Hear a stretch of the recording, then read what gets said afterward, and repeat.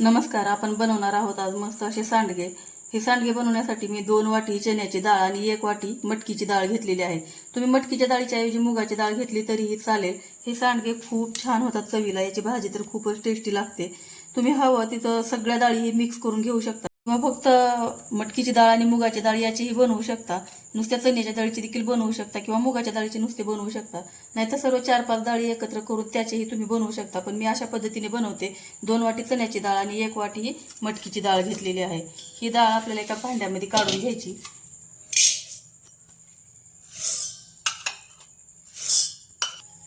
आणि यामध्ये पाणी टाकून आपल्याला ही स्वच्छ ही डाळ 3-4 पाण्याने स्वच्छ धुवून घ्यायची. कारण स्वच्छ धुवून घेतल्याच्या नंतरच आपल्याला डाळ भिजायला टाकायची आहे. एकदम छान हाताने चोळून ही डाळ धुवून घ्यायची. इथे डाळ स्वच्छ अशी धुवून घेतलेली आहे. आता यामध्ये पाणी टाकून मी इथे भिजायला ठेवणार आहे. तुमच्याकडे टाईम असेल तुम्ही सकाळी लवकर भिजू घालू शकता. पण मी आता संध्याकाळी थोडंसं उशिरा 11 वाजलेले आहेत. तर या टायमाला मी भिजू घालत आहे आणि सकाळी याला लवकर उठून बारीक करून सांडगे बनवायचे आहेत आपल्याला. इथे डाळ भिजायला टाकली होती मी रात्री उशिराने. तुम्ही बघू शकता किती छान अशी ही डाळ भिजलेली आहे. यातलं पाणी काढून घ्यायचं आणि हे मिक्सरला आपल्याला बारीक करून घ्यायचं आहे. या सांडग्यामध्ये टाकण्यासाठी मी इथे 2 चमचे जिरे आणि 1-1.5 मूठ असे छान लसूण सोलून घेतलेलं आहे. हे आपल्याला मिक्सरच्या भांड्यामध्ये अगोदर बारीक करून घ्यायचं. कारण हे आपण त्यामध्ये टाकल्याच्या नंतर चवीला खूप छान लागतं. हे अशा पद्धतीने मी बारीक करून घेतलं. याला एक बाजूला काढून घेणार आहे आणि यातच आपल्याला ही डाळ बारीक करून घ्यायची. यामध्ये बारीक केलेलं लसूण जिरे मी बाहेर काढून घेतलेले आहे. यात त्याची डाळ टाकून आपल्याला मस्त अशी बारीक करून घ्यायची. या अशा पद्धतीने मी बारीक केलेलं आहे. तुम्ही बघू शकताय. हातावर घेऊन दाखवते. एकदम जास्त जाड नाही आणि जास्त बारीक पण नाही. अशा पद्धतीने आपल्याला सर्व डाळ अशी बारीक करून घ्यायची आहे. अशा पद्धतीने सर्व डाळ ही बारीक करून घेतलेली आहे. तुम्ही बघू शकताय. आता यामध्येच आपल्याला थोडे मसाले टाकून घ्यायचे. त्यामध्ये तिथे 1 चमच्याने मोठा चमचा भरून लाल तिखट घेतलेला आहे.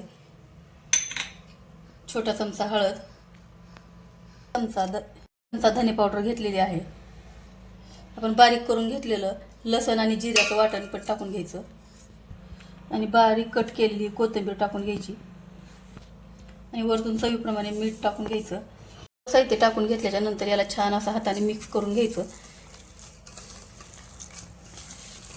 असं मुठीने याला असं पिठाचा गोळा भिजवतो त्याप्रमाणे याला थोडंसं असं दाबून घेतलं म्हणजे त्या पिठामध्ये हे छान मसाले मिक्स होतात. या अशा पद्धतीने मी सर्व पीठ भिजवून घेतलेलं आहे. तुम्ही बघू शकताय. याचे आपल्याला छान असे वडे तोडून घ्यायचे. कुणी वडे म्हणतं, कोणी सांडगे म्हणतं. तुमच्या भागात काय म्हणतात ते आम्हाला कमेंटमध्ये नक्की सांगा. इथे छान असे पन्नी टाकून घेतलेली आहे. त्यावरचे सांडगे आपल्याला टाकून घ्यायचे आहे. मस्त असे छोटे छोटे घ्यायचे, जास्त मोठे घ्यायचे नाही. कारण भाजी करते वेळेस ते लवकर शिजत नाही जास्त जाड झाले तर. त्यासाठी असे छोटे छोटे साईजचेच करून घ्यायचे. अशा पद्धतीने सर्व सांडगे मी ते बनवून घेतलेले आहेत. याला आता उन्हामध्ये आपल्याला 2 दिवस मस्त कडक उन्हात वाळवून घ्यायचे. हे सांडगे वर्षभर टिकतात. त्याला काहीही होत नाही, जाळी धरत नाही, काहीच होत नाही. एकदम छान राहतात. याची भाजी तर खूप टेस्टी होते. मी एक दिवशी सांडग्याची भाजीही बनवून तुम्हाला रेसिपी दाखवते. तुम्ही बघू शकता आपले सांडगे एकदम छान असे वाळलेले आहेत. किती मस्त दिसायला लागले. कलर पण खूप छान आलेला आहे. याची भाजी तर खूपच टेस्टी लागते. तुम्हाला ही सांडग्याची रेसिपी आवडली असेल तर व्हिडिओला लाईक करा, शेअर करा. चॅनलवर पहिली वेळ असाल तर चॅनलला सबस्क्राईब करा. व्हिडिओ पाहिल्याबद्दल धन्यवाद. थँक्यू.